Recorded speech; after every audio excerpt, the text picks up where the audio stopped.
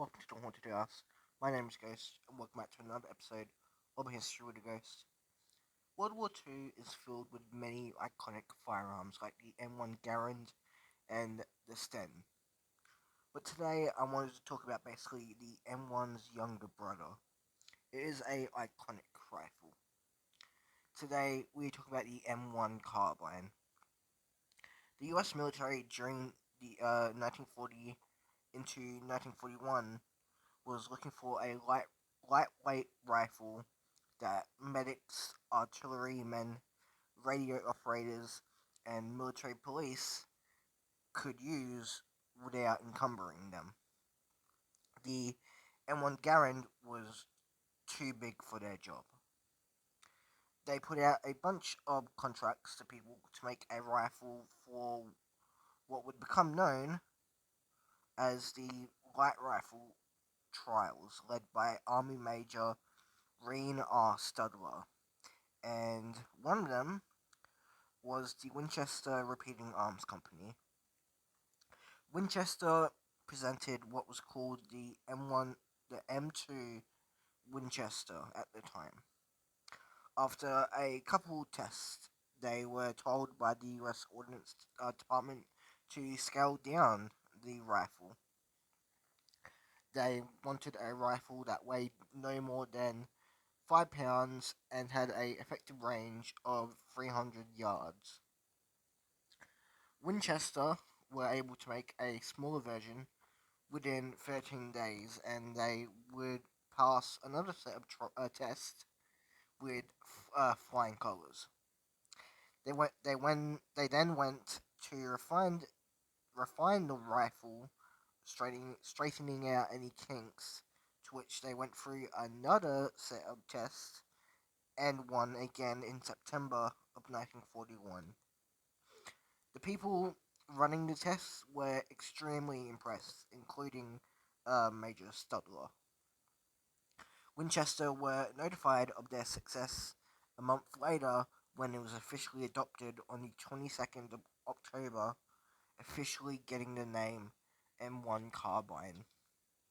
A year later, a foldable stock version of the firearm was made for paratroopers called the M1A1 Carbine.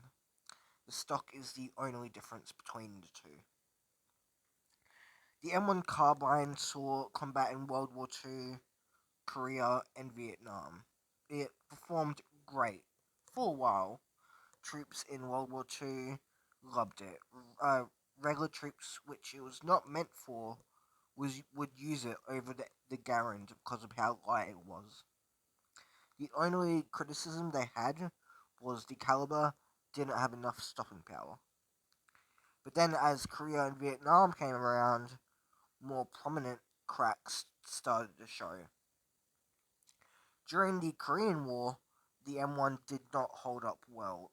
In the winter months, the firearm would jam constantly and fail to feed. The lubricant that was vital to the thing working would freeze all the time because the M1 didn't have a dust cover. Speaking of dust and dirt, in Vietnam, this was a major issue, of course. Dirt would get clogged up in the firearm regularly, causing it to jam and misfire. Vietnam was a extremely dirty place, of course.